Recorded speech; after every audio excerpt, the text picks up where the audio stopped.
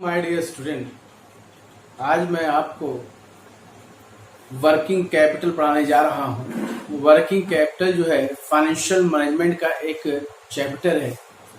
Working capital में होता क्या है थोड़ा आप जान लें। वैसे तो अमूमन सभी जानते हैं कि वर्किंग कैपिटल मीन्स होता है current assets minus current liabilities. Means current assets और करंट लायबिलिटीज में देखा जाता है कि एसेट्स आपकी करंट लायबिलिटीज से कितना ज्यादा है। जो करंट एसेट्स आपकी करंट लायबिलिटीज से ज्यादा होगी, जो मार्केट में रन करेगी, उसी को बोलते हैं वर्किंग कैपिटल। वैसे तो वर्किंग कैपिटल निकालने के केवल एक ही कॉन्सेप्ट दिया गया है, करंट एसेट्स और माइनस करंट लायबिलिटीज। तो करंट एसेट्स में क्या क्या आएगा थोड़ा उसको पहले जान लेते हैं। करंट एसेट्स में cash in hand, cash at bank and debtor and bill receivable and आपका आउटस्टैंडिंग इनकम और प्रीपेड एक्सपेंस आते हैं। करंट लायबिलिटी जस्ट अपोजिट आएगा, short term loan, bank overdraft, BP means bills payable, creditors and outstanding expense and advance income. तो अगर आप current assets और current liabilities नहीं जानते तो सबसे पहले जो है आप करंट एसेट्स और करंट लायबिलिटीज के बारे में जानिए। अगर थोड़ी प्रॉब्लम होती है तो मेरा एक प्लेलिस्ट है अकाउंटिंग, जिसमें मैंने आपको फाइनेंशियल अकाउंटिंग पढ़ाया है, या एक प्लेलिस्ट है basics of accounting. Basics of accounting में जाएं, वहां आपको करंट एसेट्स और current liabilities final account chapter में जरूर मिलेगा। तो चलिए स्टार्ट करते हैं।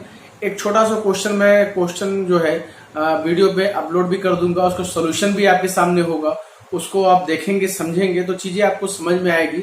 तो मैं आपको एक छोटा सा क्वेश्चन, चूंकि क्वेश्चन जो है अगर मैं लिखने लगूंगा तो बोर्ड पे काफी छोटा हो जाएगा, ऐसे मैं शॉर्ट तरीके से क्वेश्चन लिखा हूं उसको देखेंगे।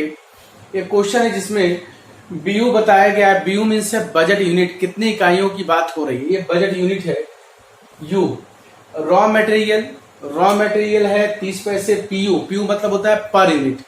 एंड लेबर है 40 पैसे पर यूनिट, ओवरहेड है 20 पैसे पर यूनिट और प्रॉफिट है 10 पैसे पर यूनिट। एक बात मैं आपको ये बता दूं कि लेबर व रॉ मटेरियल और ये जो ओवरहेड्स हैं इनका क्या रोल है, इनकी क्या भूमिका है। रॉ मटेरियल सप्लायर देता है, इसलिए रॉ मटेरियल पे स्टॉक निकाला जाता है रॉ मटेरियल का, और क्रेडिटर निकाले जाते हैं। ध्यान रखेंगे रॉ मटेरियल पे केवल दो चीज निकाला जाएगा, एक क्रेडिटर निकाला जाएगा और निकाला जाएगा साथ में stock of raw material. Labour जो देख रहे हैं, लेबर को अगर जोड़ दिया जाए और ओवरहेड्स को जोड़ दिया जाए तो स्टॉक कंप्लीट हो जाता है। तो फिनिश स्टॉक जो है वो टोटल एक्सपेंस पे निकाले जाएंगे, जिसमें रॉ मटेरियल और सारे ओवरहेड्स एंड एक्सपेंस आएंगे। WIP में थोड़ा संशय बना होता है, कहीं कहीं क्वेश्चन में WIP जो है ध्यान रखना है। WIP का मतलब हो गया आपका work in progress. Work in progress जो है कहीं कहीं जो है फिनिश स्टॉक के लेवल पर निकाला जाता है, लेकिन आप ऐसा नहीं करेंगे। वर्क इन प्रोग्रेस हमेशा रॉ मटेरियल में लेबर और ओवरहेड का आधा ही लीजिएगा। ये मान के चलते हैं कि कार्य प्रगति पर है, अभी कार्य पूरा नहीं हुआ है। और ध्यान देते हैं डेटर जब निकालने की बात होगी तो डेटर हमेशा सेल पर निकाला जाता है। सेल वैल्यू कैसे निकलेगी वो इसको जोड़ के आप निकाल सकते हो। सेल वैल्यू आप देखें तो सेल वैल्यू बहुत आसान है। अगर आपका माल बन के तैयार हुआ, ये देखिए 90 पैसे, तो सेल वैल्यू है 1 रुपए। तो ये हो गया SPU का फुल फॉर्म है सेलिंग प्राइस पर यूनिट। तो ये समझेंगे कि डेटर जो है SPU निकाला जाएगा, क्रेडिटर जो है रॉ मटेरियल पर निकाला जाएगा। और 3 प्रकार के स्टॉक होंगे। पहला स्टॉक है रॉ मटेरियल, जो रॉ मटेरियल निकाला जाएगा। दूसरा है WIP, रॉ मटेरियल और लेबर ओवरहेड का आधा लिया जाएगा। Finish stock raw material, labour और ओवरहेड्स पे निकाले जाएंगे। ये सब आपको समझ में आना चाहिए। और ये ध्यान रखना है कभी कभी ओवरहेड्स और लेबर जो है बकाया होते हैं। बकाया का मतलब है कुछ सप्ताह खर्चे इसमें रोक लिए जाते हैं, जिसको आउटस्टैंडिंग बोलते हैं। तो मैंने कुछ नीचे लिख रखा है, उसको पहले मैं एक बार क्वेश्चन को शॉर्ट तरीके से समझा दूं। Raw material, R means raw material. Raw material kept in stock 3 weeks. Raw material का जो स्टॉक होगा वो आपके गोदाम में 3 सप्ताह रहेगा। एंड फिनिश गुड्स 2 वीक, जबकि जो आपका फिनिश गुड्स होगा वो 2 सप्ताह होगा। फैक्ट्री प्रोसेसिंग 3 वीक्स, कारखाने को कार्य करने में 3 सप्ताह लगेंगे, मतलब WIP। And creditor will give 5 week, creditor आपको 5 सप्ताह का समय देंगे उधार। और डेटर 8 वीक, डेटर को आप दोगे 8 सप्ताह का। एक चीज मैं आपको और बताना चाहूंगा अगर आप देखेंगे तो आप समझें, अगर लेबर और ओवरहेड को भी मैं बना लेता हूं, एक काल्पनिक क्वेश्चन कर लेता हूं, लेबर लेफ्ट इन, ठीक है, 2 वीक्स रख देते हैं, एंड सेम ओवरहेड्स भी जो है 2 वीक्स कर देते हैं। ये काल्पनिक क्वेश्चन हो गया, मतलब 2 सप्ताह लगेगा। अब इसका सोल्यूशन कैसे होगा, पहले हम लोग नोट्स पे चलते हैं, बहुत ध्यान से देखिएगा। चलिए स्टार्ट करते हैं, नोट्स पे लगाते हैं। नोट्स में एक क्रम में चलेंगे। सबसे पहले हम लोग क्या करेंगे, हम लोग तीनों स्टॉक निकाल लेते हैं। तो सबसे पहला आपका होता है रॉ मटेरियल स्टॉक या स्टॉक ऑफ रॉ मटेरियल। पहले इकाई लिखें, कितनी इकाई है, 26,000। एक रॉ मटेरियल 30 पैसे का है, तो 30 पैसे मल्टीप्लाई कर दें, ठीक है। अब आपको समझना है कि रॉ मटेरियल जो है 3 सप्ताह रहेगा। क्या सप्ताह, 3 सप्ताह। तो ये ध्यान रखिए, एक वर्ष में 52 सप्ताह होते हैं, 52 वीक्स, और आपको 3 सप्ताह इसको रोक के चलना। ध्यान देंगे, सोल्यूशन आपको मिल जाएगा। 26,000 इकाई है, पैसे से गुणा करेंगे, रुपए में आ जाएगा कितना रॉ मटेरियल लगा। एक साल में 52 सप्ताह है, तो 3 सप्ताह का आपको निकालना है, क्लियर, आसानी से निकल जाएगा। अगर आप ध्यान दें तो ये आसानी से कट जाएगा। ये हो गया 26/2, ठीक है, 2 का मतलब हो गया आपका आधा, ठीक है। तो आसान से कर लेते हैं, चलिए स्टार्ट करते हैं। देखें 26/2 और 5 और ये हो गया 5 से 15, 15 से 45, लीजिए आ गया 4500 रुपए। कितने आ गए, 4500। एक बार और चेक कर लेते हैं, ये हो गया 52 पंजे 260, 5, ठीक है, 5 से 15 150 और 15 पचे 15 दिया 45, 4500। स्टार एक बार देख लेता है कितना एक्चुअली आएगा, देख लिया जाए।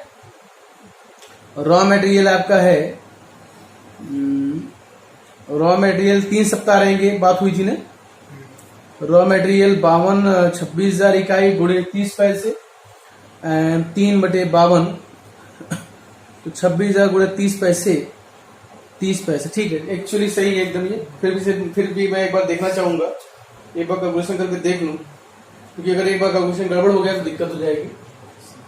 चलिए 26,000 यूनिट मल्टीपल 30 पैसे multiple 3 weeks and divide by 52, exact सही है। बस यहां ध्यान रखना है कि आप 450 आएगा। चलिए स्टार्ट हो गया, ठीक है। दूसरा जो है WIP का है। WIP स्टॉक में आप क्या करेंगे, मैंने आपको बताया था। आप क्या करोगे, आपको ये तीनों लेने होंगे, ठीक है। आप यहाँ क्या रॉ मटेरियल देखिए, WIP फैक्ट्री लगाएगा 3 सप्ताह, सेम पोजीशन ले लेते हैं 26,000 यूनिट, ठीक है, मल्टीपल। अब यहां समझना होगा 30% रॉ मटेरियल, इसको ले लेते हैं 30 पैसे प्लस 40 हाफ कर लेंगे, ध्यान रखेंगे, डिवाइड बाय 2, हमेशा ऐसे करिएगा, समस्त खर्चों का आधा करिएगा।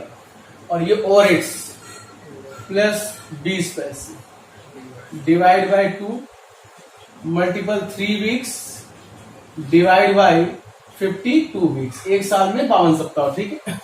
अब इसको सॉल्व करना है, ठीक है।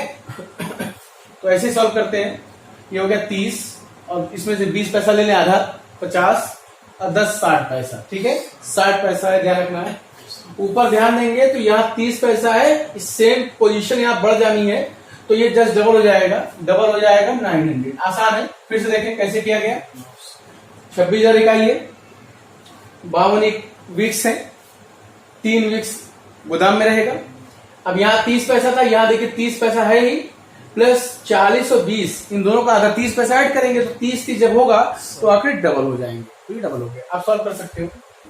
अगला स्टॉक जो है वो फिनिश गुड्स का है। फिनिश गुड्स स्टॉक देखें, या स्टॉक ऑफ फिनिश गुड्स, इसमें क्या करना है, सेम पोजीशन लिखेंगे 26,000 इकाई, इसमें आप 30 पैसे लेंगे, पहले raw material plus total expense लेंगे। अब आपको आधा नहीं करना है, क्योंकि काम पूरा होने पर सारे खर्चे लग जाएंगे। और यहां पर ध्यान देना है, इसमें लिखा है कि जो आपका फिनिश गुड्स है वो 2 सप्ताह रहेगा। तो इसको सॉल्व करना है। क्लियर? अब आप देखें 40 और 30 और 20 90 पैसा हो गया। ठीक है, 90 पैसा हो गया। 52 से इसको डिवाइड करना है। 90 पैसा है तो 2 पॉइंट का डिसिमल हट जाएगा।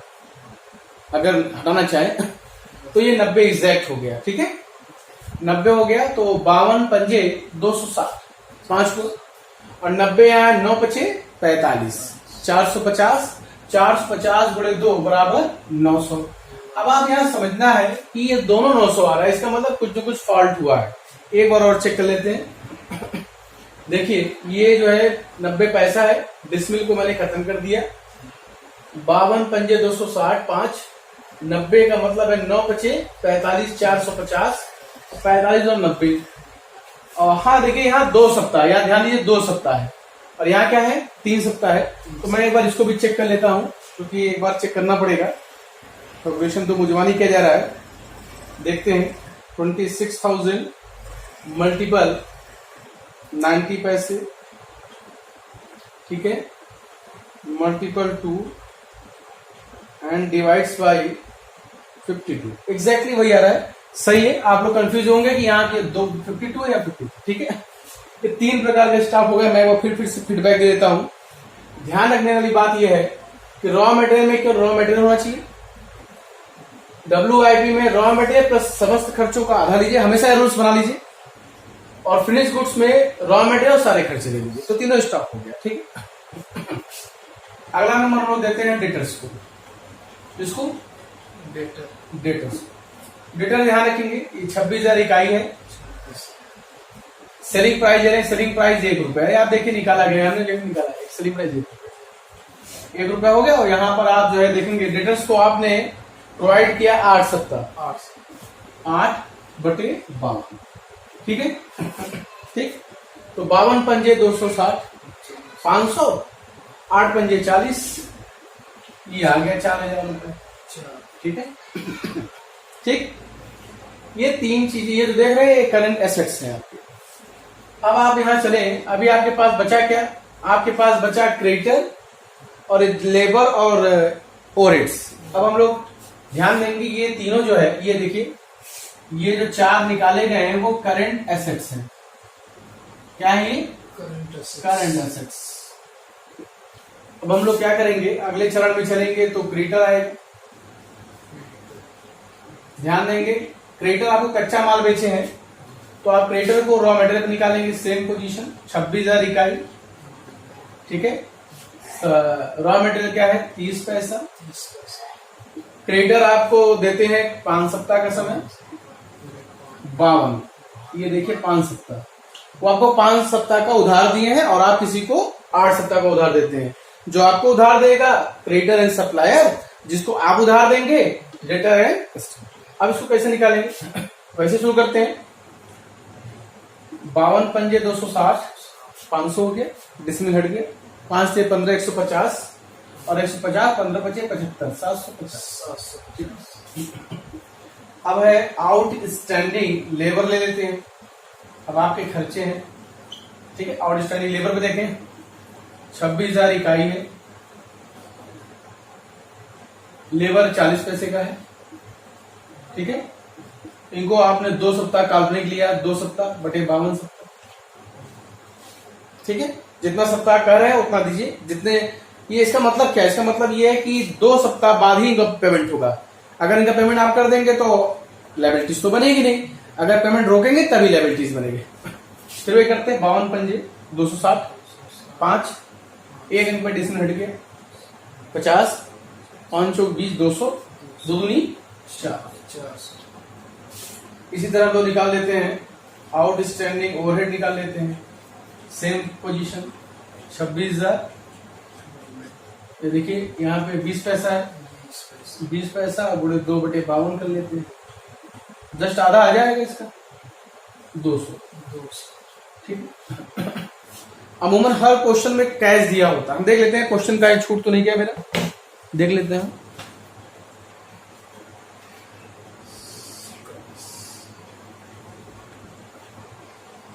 नहीं ऐसा कुछ नहीं है, तो ठीक है, बस हो गया, क्वेश्चन सॉल्व हो गया। अब आपको निकालना है वर्किंग कैपिटल। ठीक है, वर्किंग कैपिटल। अब आप ध्यान देंगे, ये जो आपने बनाया है ये तो वर्किंग नोट है। वर्किंग कैपिटल में सबसे पहले चाहिए करंट एसेट्स। करंट एसेट्स में क्या लेंगे? Raw material stock, WIP stock, finish goods stock and debtor ले लीजिए। ठीक है, 450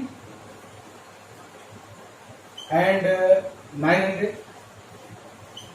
एंड 900 एंड 4000।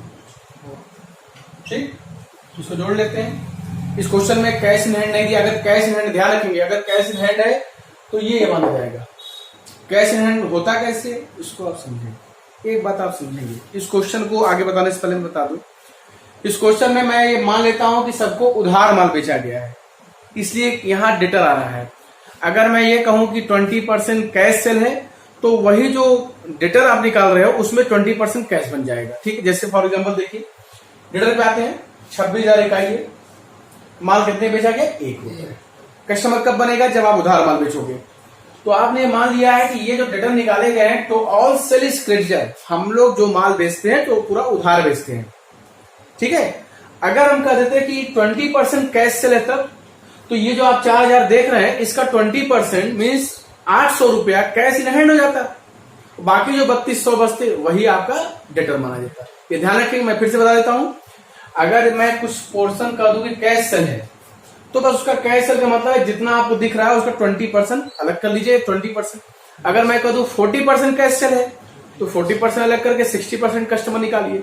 अगर मैं कह दूं 80% कैश सेल है तो 80% कैश मान के 20% मानिए। मतलब ये मान के चलिए कि जो डेटर की गणना आप कर रहे हो उसमें कम से कम कैश सेल अलग कर लिया जाए और बाकी को क्रेडिट सेल मान लिया। दोनों करंट एसेट्स हैं, कैश भी और डेटर भी। क्योंकि यहाँ ऐसा क्वेश्चन में नहीं था इसलिए मैंने नहीं बताया।